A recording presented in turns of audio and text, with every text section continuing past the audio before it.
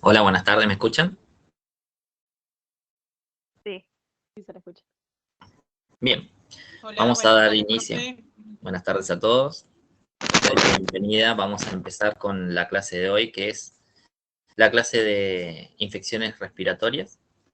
Espero que hayan podido ver también los videos con respecto a lo que es infecciones virales, que se dejó grabado de la semana pasada, que fue feriado. Por lo tanto, si tienen alguna duda o demás, nos pueden mandar un mail. Pero bueno, para poder continuar con el plan de la cursada, vamos a proseguir. La intención de esto también es que si tienen alguna confusión o quieren volver a ver la clase, se va a dejar grabada. De la misma forma, dejamos el power y el audio por separado por la posibilidad de que haya algún error. Al menos cuentan con los dos materiales y lo pueden ver en simultáneo. Así que voy a grabar la clase de hoy también. Posiblemente ya después no pueda llegar a recibir más gente porque va a estar la página del PowerPoint, ¿sí? Así que bueno, vamos a iniciar. ¿Tienen alguna duda o algo hasta acá de algo?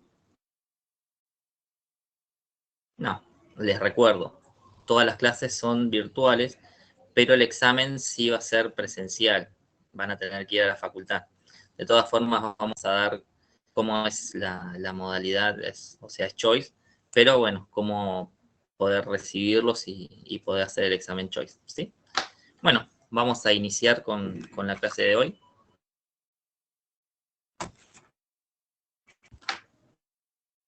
Voy compartiendo pantalla, ¿se ve? Todavía no.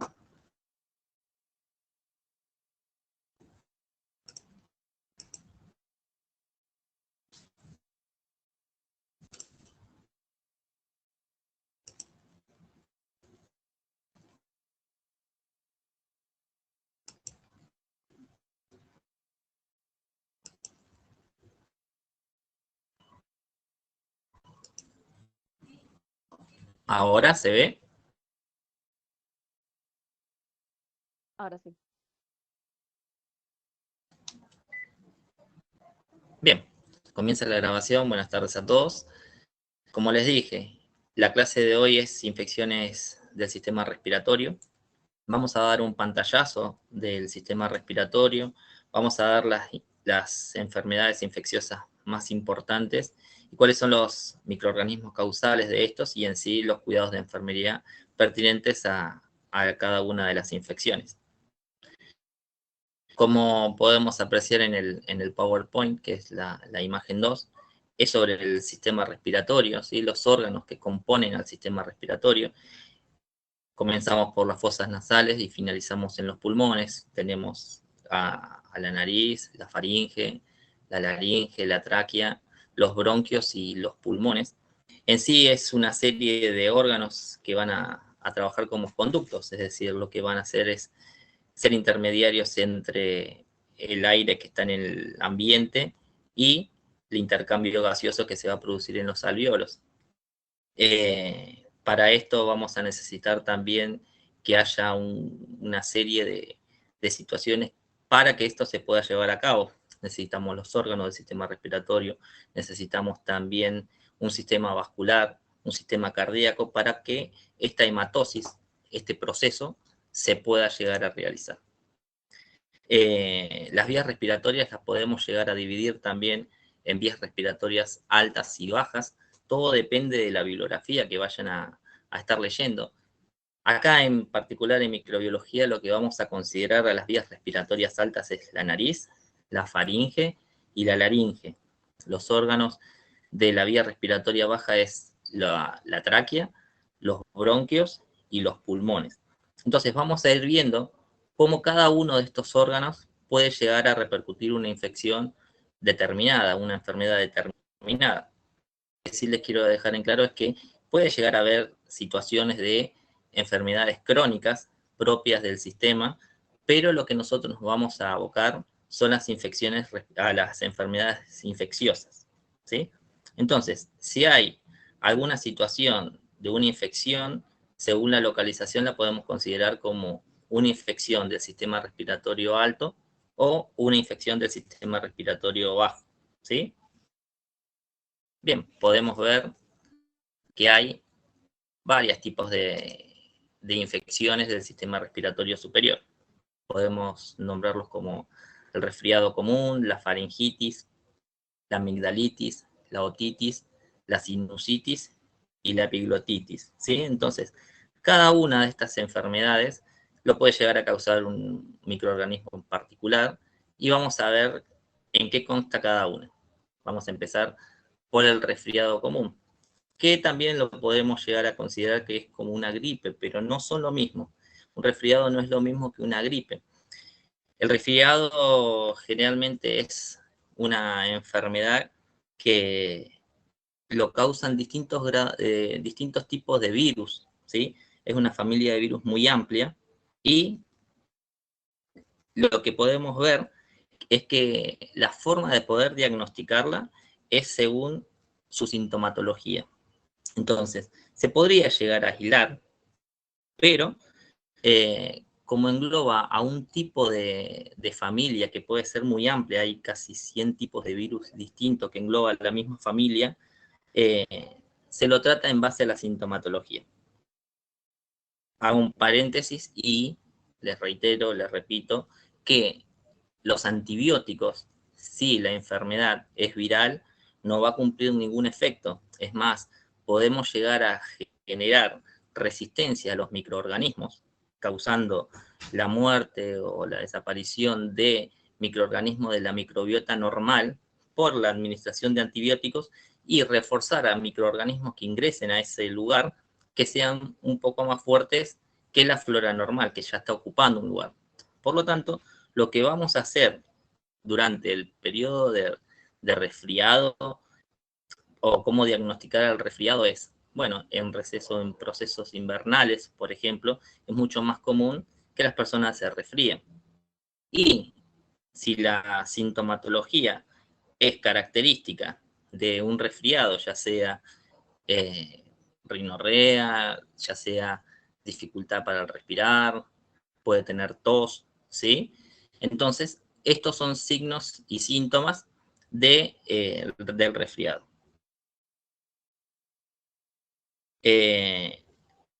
La gran mayoría, también como pueden apreciar en la segunda imagen, ¿sí? Los senos paranasales, ¿sí? Si hay una complicación del resfriado común y los microorganismos ingresan a los senos paranasales, bueno, finaliza eso en una sinusitis. Entonces, vamos a ver que la persona, por diferencias de presiones, cuando tiene tos y estornudos constantes, puede llegar a ser que los senos paranasales se acumule moco, se acumulen microorganismos, y esto le genera una sinusitis a la persona. Entonces, podemos apreciar que la gran mayoría de la sinusitis es en base a una complicación de un resfriado común. lo que podemos ver también y podemos considerar es que la mejor forma de poder saber si hay una sinusitis es por un diagnóstico por imagen, ¿sí? Una radiografía que puede llegar a apreciar que los senos paranasales se encuentran con secreciones, ¿sí? Bien, ¿qué podemos ver también en complicaciones con respecto a de las vías respiratorias superiores? Bueno, la faringitis aguda o la amigdalitis también son infecciones del sistema respiratorio superior.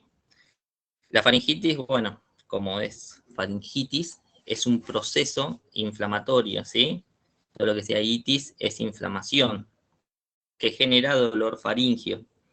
Podemos llegar a saber que también tiene dificultades para deglutir. ¿Saben cómo se denomina a la dificultad para deglutir? ¿No? Una propiedad. Bien, disfagia se llama, ¿sí? Las personas que tienen faringitis posiblemente tengan dificultades para deglutir. Entonces, tienen disfagia, si pueden apreciar la zona está enrojecida, puede llegar a tener, como pueden apreciar en la imagen, exudados, ¿sí? Presencia como de pus en las paredes de la faringe y en las amígdalas. Inclusive pueden aumentar las amígdalas de tamaño. La gran mayoría de los procesos de faringitis es por microorganismos bacterianos, ¿sí? Y les reitero, la gran mayoría de este tipo de infecciones de las vías respiratorias superiores se da más que nada o se descartan por el hecho de la sintomatología que está padeciendo la persona.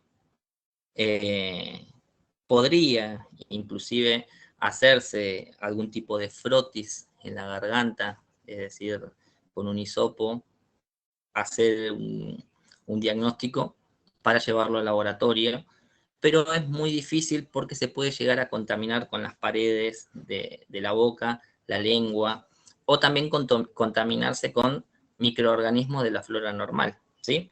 Por eso la gran mayoría de los resfriados, de la faringitis, de la sinusitis, se tratan simplemente para aliviar la sintomatología y el reposo de entre 5, 7 a 10 días. Entonces, es un proceso, si es viral, va a pasar solo, es un cuadro viral.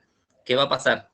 Tratamos toda la sintomatología y una vez que el sistema inmune revierte esta situación, la persona empieza a mejorar. La faringitis posiblemente sí tengan episodios de fiebre, ¿sí?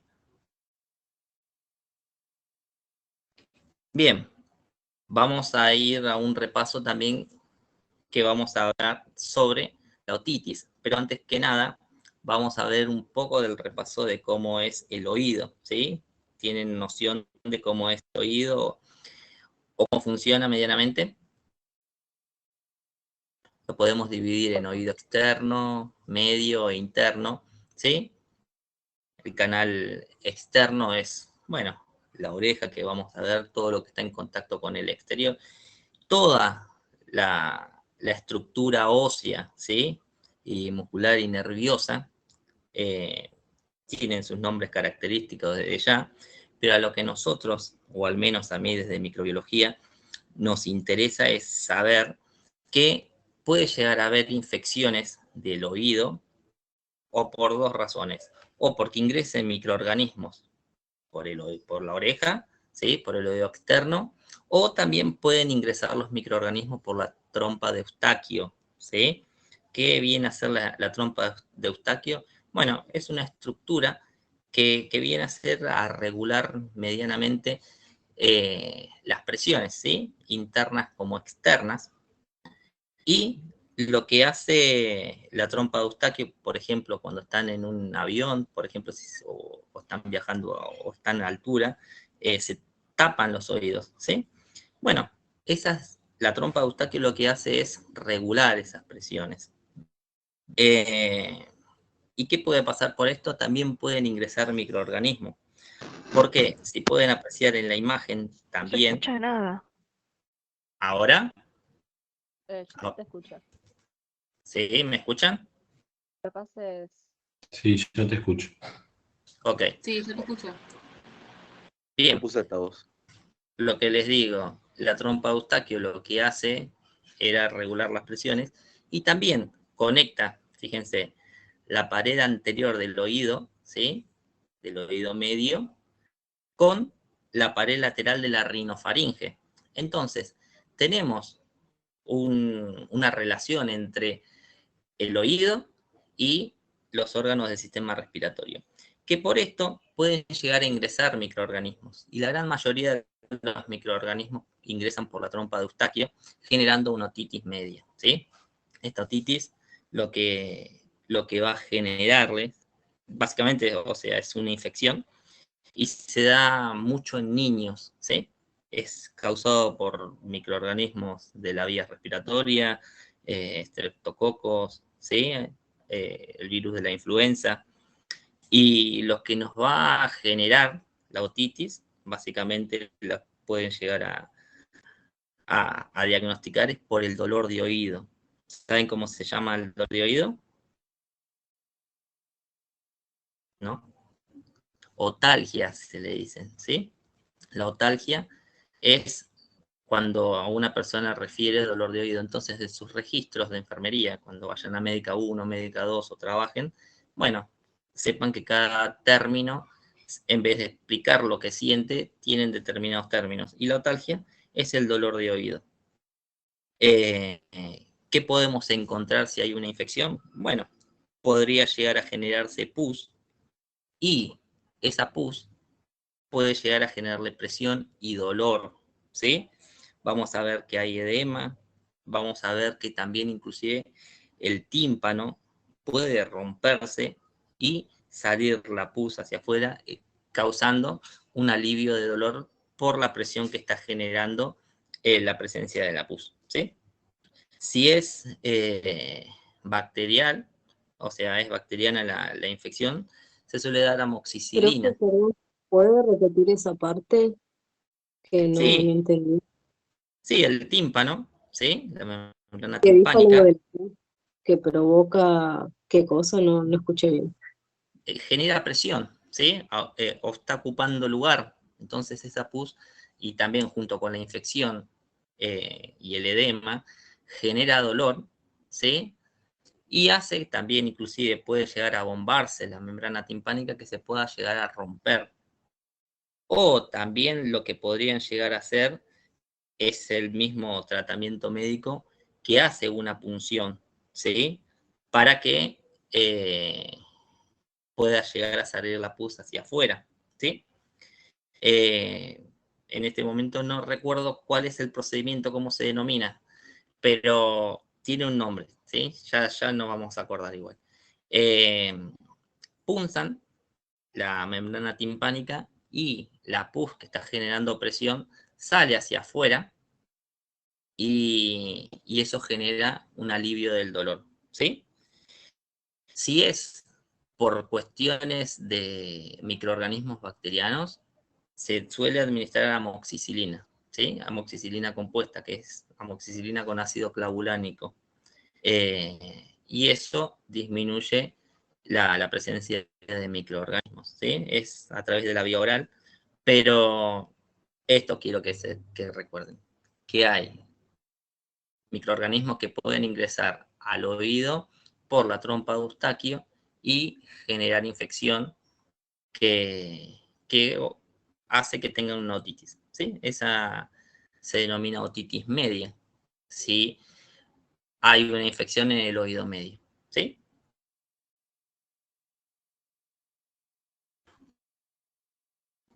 Bien, lo que les había dicho, fíjense, hay una imagen que es cómo se hace eh, una punción, se coloca para poder drenar, ¿sí? Esta es la membrana timpánica y lo que se hace es introducirlo para poder eliminar, ¿sí? La pus que está generando presión y dolor a la persona. ¿Está bien? Y cómo pueden apreciarlo o cómo sacar por diagnóstico. Bueno, una otoscopía lo que hace es observar con, bueno, esto se denomina otoscopio, y pueden apreciar el oído medio para que ver si hay una infección, edema o pus, y si es requisito o no punzar el tímpano eh, para aliviar el dolor, ¿sí?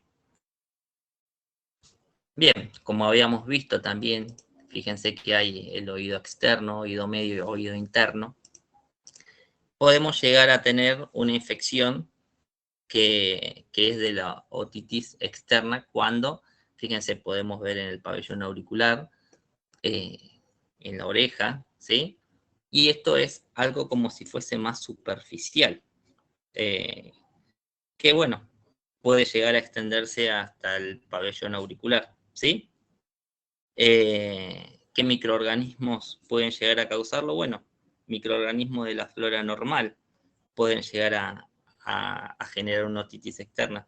Generalmente, con el aumento de la humedad, por ahí nadadores que estén en contacto siempre con el oído mojado, puede llegar a generar esto que es una otitis externa, ¿sí? Y este microorganismo, cuando la humedad es muy alta, puede llegar a ser la pseudomonas aeruginosa, ¿sí? Fíjense, la pseudomonas aeruginosa o el Staphylococcus epidermidis, que son microorganismos de la flora normal, pueden causar una otitis externa.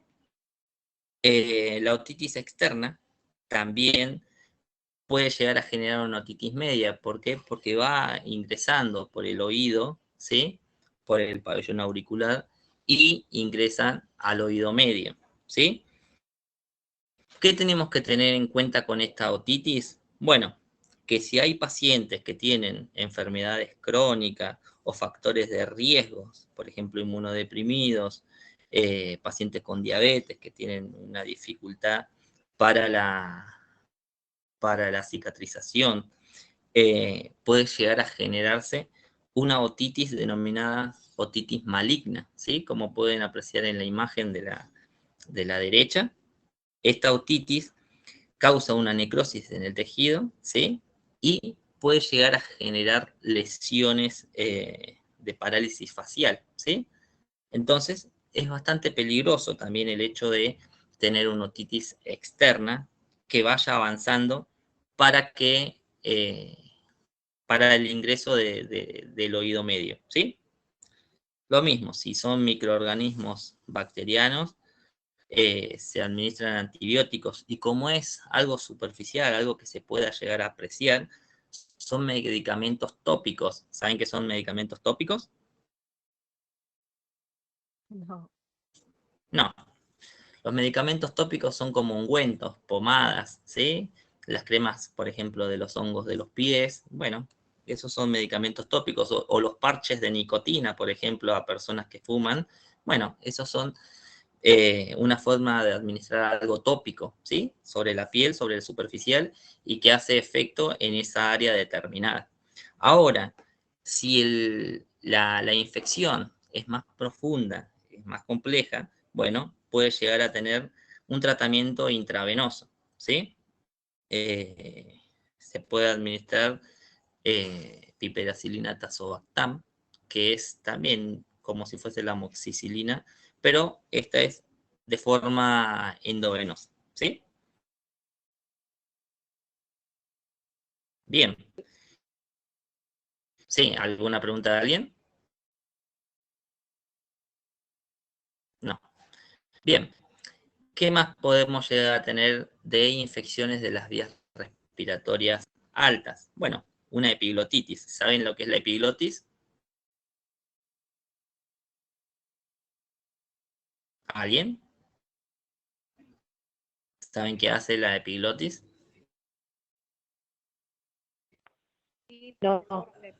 Es la parte que separa la parte a la hora que uno degluta, vio, se abre cuando justo las cuerdas vocales puede ser, que separa el tema de la tráquea con con la faringe, no me acuerdo bien, pero es la que separa cuando uno está comiendo algo para no poder ahogarnos. Perfecto, ¿sí? Es una estructura, ¿sí? Que lo que nos hace es, cuando está abierta, cuando nosotros estamos respirando, ¿sí? Y cuando nosotros deglutimos, cierra la vía aérea, ¿sí? Para que no nos broncoaspiremos o para que no nos atragantemos. Igual, de todas formas, tiene mecanismos de defensa el organismo, pero esta estructura funciona para que el aire ingrese cuando estemos respirando y al deglutir se cierre. No podemos respirar y deglutir a la vez porque no nos permite la epiglotis, ¿sí? Bien, ¿qué puede llegar a suceder? Si hay una infección o una inflamación de la epiglotis, bueno, esto es algo agudo, algo súbito, ¿sí? Y hay una interrupción del flujo de aire. Todo depende de la gravedad, de qué tan extensa es esta inflamación. Generalmente se da en niños, ¿sí? Puede ser, inclusive se pueden dar este tipo de inflamación de la epiglotis en situaciones de alergias. Entonces, la vía aérea lo que hace es se cierra, la persona no puede respirar y es una urgencia. ¿Por qué? Porque si no se trata, la persona se puede morir, ¿sí? La cosa más común de esta epiglotitis, digamos por microorganismos, es el Haemophilus influenzae, ¿sí? Generalmente, como les dije, se da mucho más en niños, pero en adultos se pueden dar por otras causas, ya sea una alergia, que puede llegar a generar el cierre de la epiglotis, ¿sí? Y bueno, si es por la Haemophilus influenzae o si es eh, por bacterias, se da antibióticos, ¿sí? Que se da amoxicilina, ácido clavulánico. Pero bueno, más que nada es para que sepan qué cosas son de suma gravedad y qué otras enfermedades también pueden llegar a agravarse, pero tienen periodos, ¿sí? De éstasis, de reposo, que no es lo mismo una epiglotitis que un resfriado, por ejemplo. Pero la idea es que sepan qué microorganismo lo puede causar y cuáles son las sintomatologías. ¿Qué podemos encontrar ahora hablando de las vías respiratorias bajas? ¿Sí? Bueno, las enfermedades que más vamos a encontrar son la gripe, la bronquitis, que puede ser aguda o crónica, la neumonía, ¿sí? Y también si afecta al pulmón, la tuberculosis. ¿Está bien? Vamos a empezar por la gripe. Como yo les había dicho, la gripe y el resfriado no es lo mismo. La gripe afecta a las vías respiratorias inferiores, ¿sí? Lo mismo también es causado la gran mayoría de las veces por virus, ¿sí? También hay distintos tipos de virus, ¿sí? El más común es el Orthomyxoviridae, ¿sí? Que es el virus de la influenza. Y, y la gran mayoría de estas gripes se tratan la sintomatología. O sea, el diagnóstico es por los signos y síntomas que tiene. ¿Saben cuáles son los signos y síntomas de una gripe? Posiblemente todos hayan tenido. ¿Qué podemos encontrar? A ver, ¿qué me dicen? Se cortó. Bien, ¿qué más? Fiebre, Tos, ardor en la garganta, dolor de Bien, cabeza, dolor de cabeza fundamental, la fiebre que puede haber o no. bajas defensas, Y hay como bueno, la que a gran veces te mayoría de agarra como las... escalofríos, Perfecto. Y algo más. ¿Qué les falta de puede pasar? apetito. No siempre, pero a ver, cada persona es individual, ¿no? Cada persona tiene por ahí sus formas y mecanismos. Algo más. ¿Dolor faríngeo? Bien, ya lo dijeron, pero perfecto. Sí, Dolor muscular. exactamente. ¿Cómo se llama el dolor muscular? ¿Cómo se le dice? Más que nada para que les quede el término y ustedes también poder aplicarlo. ¿No? Mialgia. ¿Se acuerdan? ¿O nunca lo escucharon? Bueno, mialgia, ¿sí? Entonces, repetimos. En la gripe vamos a tener dolor de cabeza, fiebre, vamos a tener malestar general, que es el dolor de cuerpo, que es la mialgia, ¿sí? Y el dolor de cabeza, ¿saben cómo se le dice? Cefalea. Sí, Cefalea. con cefaleas, ¿sí? Perfecto. Bueno, pasamos en un periodo inclusive de la pandemia que inclusive toda gripe o infección del sistema respiratorio era COVID hasta que se demuestre lo contrario. Ahora ya no. Inclusive llegó un momento también de que se tenían que diagnosticar porque era muy peligroso el hecho de no saber si tenían COVID o no. Pero antes las gripes no se diagnosticaban.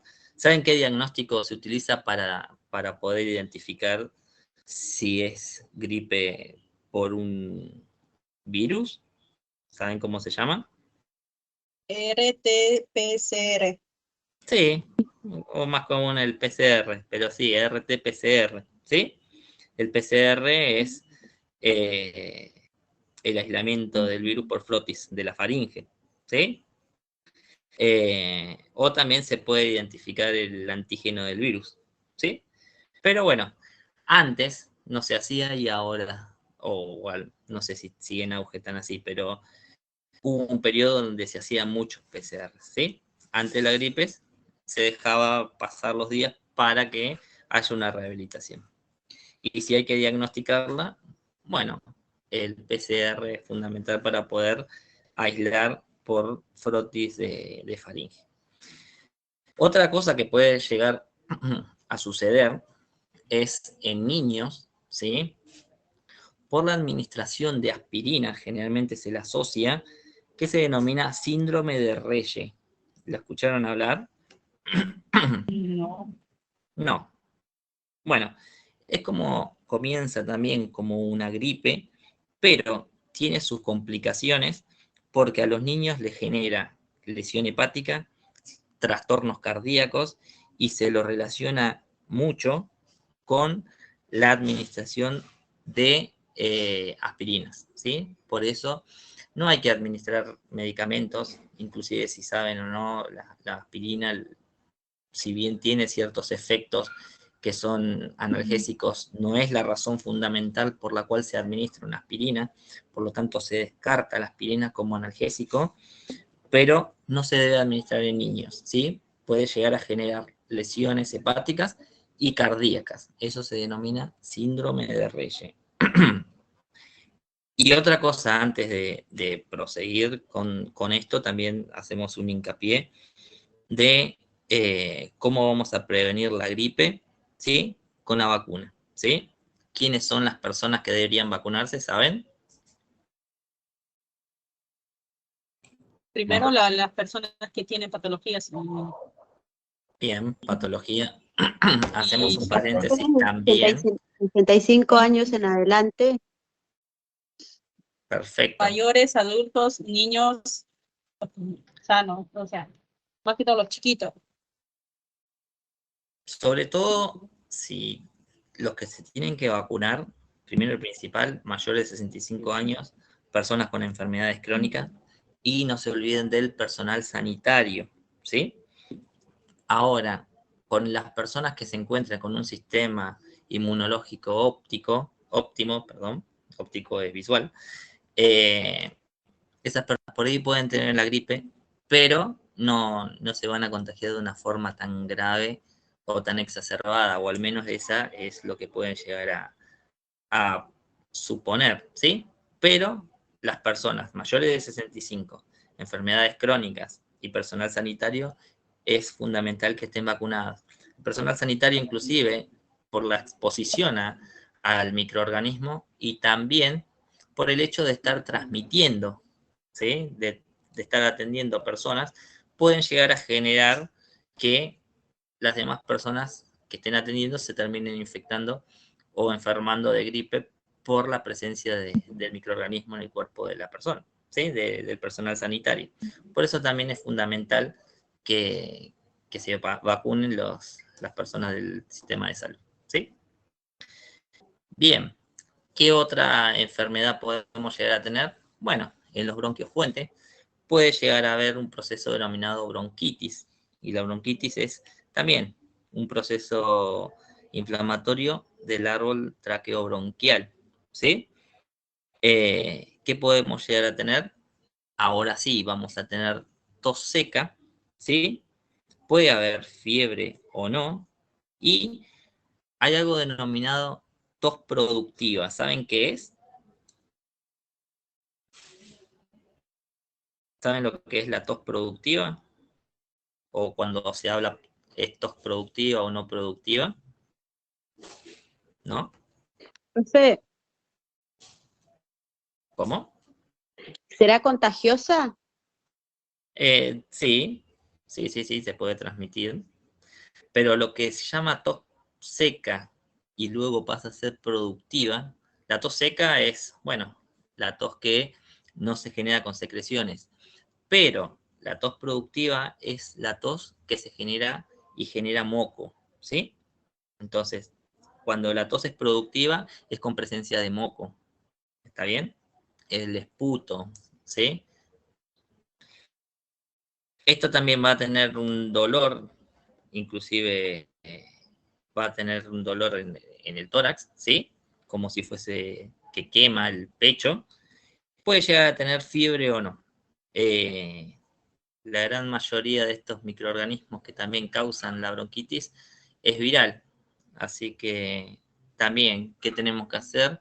No administrar antibióticos y dejar que pase el proceso para que la persona revierta, ¿sí? Aproximadamente serán 10 días también. Y, y si tenemos a una persona que tenga mucho esputo persistente, mucha tos, bueno, ahí posiblemente sea que tengan que analizar la situación de que por ahí posiblemente sea un microorganismo bacteriano en vez de virus, ¿sí? Profe, Bien, dice que no se administran antibióticos. a menos que sea por un microorganismo bacteriano, que para Bien, eso sí tienen que, o dos cosas, que pasen más de 10 días y todavía esto persiste, o que puedan llegar a aislar. Pero les reitero, a veces poder analizar un microorganismo de la vía respiratoria es muy fácil de contaminarlo, ¿sí? Pero bueno, el personal idóneo para estas situaciones podría llegar a aislarlo, pero es así. Si es viral, nada de antibióticos. Si pasan más de 10 días, podría considerarse que es bacteriano y entonces puede llegar a recibir antibióticos. ¿Se entendió? Sí. Profe. Sí. No te escucho si están hablando. Si no se escucha conmigo, me dicen. Sí, profe, se entendió perfecto. Gracias. Por ahí vayan a escuchar o escucharon o tienen una noción de algo denominado bronquitis crónica, ¿sí? Que es una enfermedad, también es muy común que puedan llegar a ver, inclusive muchas personas que son tabaquistas podrían llegar a tener por la exposición del tabaco una enfermedad crónica que no es una enfermedad infecciosa, que se denomina EPOC. ¿La escucharon alguna vez? Sí. Sí, profe. Sí. Bien, el EPOC Profe, es... Sí, ¿será que por eso, o sea, por la enfermedad esta del EPOC, les cambia la voz a las personas que fuman? me parece que está más que nada porque el humo puede llegar a quemar las cuerdas vocales de cierta forma. Ah, No necesariamente es por el EPOC, nunca escuché que sea eso, pero sí sé que el humo caliente podría llegar a lesionar las cuerdas vocales y pueden llegar a tener un cambio de voz, no sé si es tan exuberante, digamos, pero creo que está más relacionado al contacto, ¿sí? Bueno, El EPOC lo que hace, vamos a hablar dos palabritas, porque no es infeccioso, es una enfermedad crónica, ¿sí? La enfermedad crónica del EPOC puede ser enfisema o bronquitis crónica. En la bronquitis crónica hay presencia de tos, que inclusive dura 3 meses al año más o menos, ¿sí? Y si perdura por 2 años seguidos, bueno, podría llegar a ser que la persona está padeciendo EPOC. Ahora bien, estas personas, si son, por ejemplo, con factores de riesgo como mayores de 65 años, tienen enfermedades cardíacas, puede llegar a tener una agudización, ¿sí?, de la bronquitis, o sea, ahí sí puede haber una agudización por un microorganismo que causa, que puede llegar a generarle la muerte. Es decir, la bronquitis crónica no es un proceso infeccioso, pero sí la agudización de la bronquitis podría llegar a ser a causas de microorganismos que podrían terminar con la vida de la persona, ¿sí? Por eso es muy importante que las personas que tengan EPOC, analizar, saber la situación, ver los signos y síntomas que tienen, si persisten de más, porque una agudización podría llegar a terminar con la vida, inclusive también hay muchos trastornos de falta de aire, de ansiedad, antibióticos, entonces todo un proceso, ¿sí? Pero sepan que si la persona tiene bronquitis crónica, se puede agudizar de forma infecciosa y terminar con la persona, ¿sí? Otra de las cuestiones que más vamos a encontrar, inclusive en las infecciones más comunes mientras haya un periodo de internación hospitalaria, es la neumonía, ¿sí? La neumonía es una infección del parénquima pulmonar. Es una de las causas más comunes de muerte por infecciones respiratorias.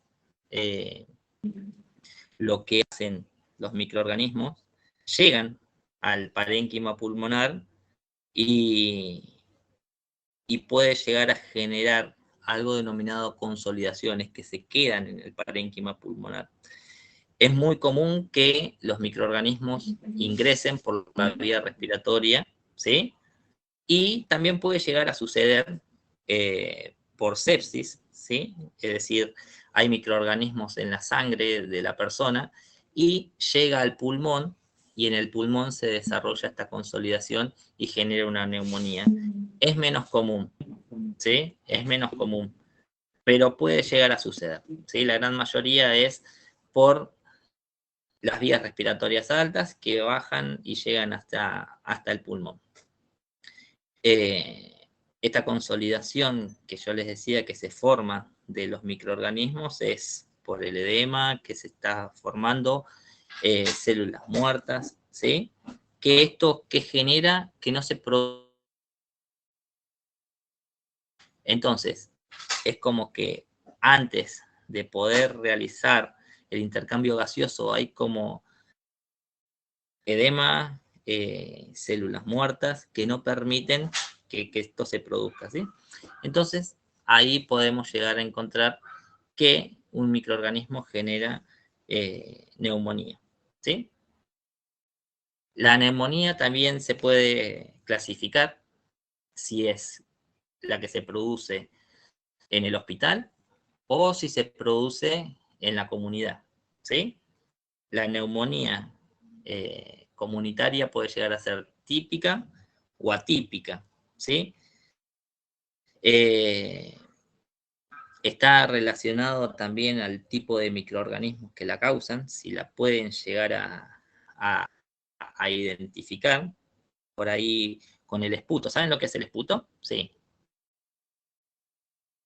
Sí, profe. Bien, por el esputo, por el análisis del esputo, o por PCR, se podría llegar a diferenciar un microorganismo, si es de neumonía típica o atípica. Las neumonías típicas son bacterias extracelulares, ¿sí? Que no necesitan del huésped, sino que están en el huésped